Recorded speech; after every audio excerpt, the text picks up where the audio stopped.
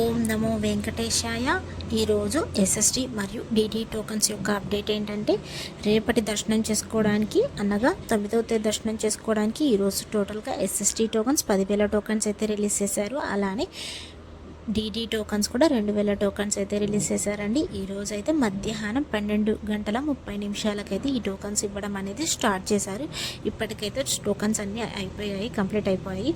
ఈ టోకన్స్ తీసుకోవాలనుకున్న వాళ్ళు ఖచ్చితంగా ఆధార్ కార్డ్ క్యారీ చేయాల్సిందే, లేకపోతే మీకు టోకెన్ అనేది ఇవ్వరు. అది ఒరిజినల్ అయినా పర్లేదు, జిరాక్స్ కాపీ అయినా పర్లేదు. 12 సంవత్సరాల లోపల పిల్లలకైతే ఏ టోకెన్ అవసరం లేదు, డైరెక్ట్గా కొండ మీదకి అయితే అలో చేస్తారు.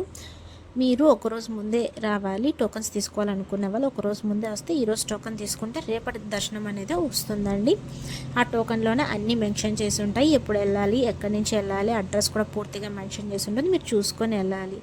అలానే దేవుడి నిన్నటి రోజున స్వామివారిని దర్శించుకోవడానికి ఎంతమంది వెళ్ళారనేది చూద్దాం. నిన్నటి రోజున అంటే 7వ తేదీ 2వ నెల 2026న 81,777 మంది స్వామివారిని నిన్నటి రోజున దర్శించుకున్నారు. 30,209 మంది స్వామివారికి తలనీలాలు సమర్పించారు.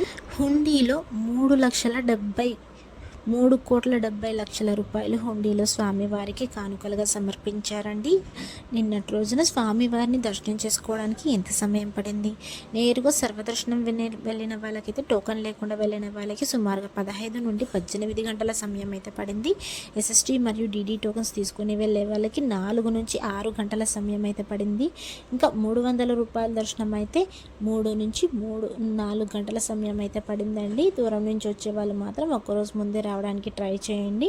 టోకన్స్ తీసుకున్న వాళ్ళు మాత్రం సర్వదర్శనం కూడా అలో ఉంది, దానికైతే 15 గంటలు పడుతుంది. మీరే ఆలోచించుకొని రండి.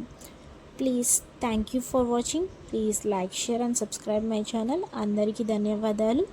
ఓం నమో వెంకటేశాయ.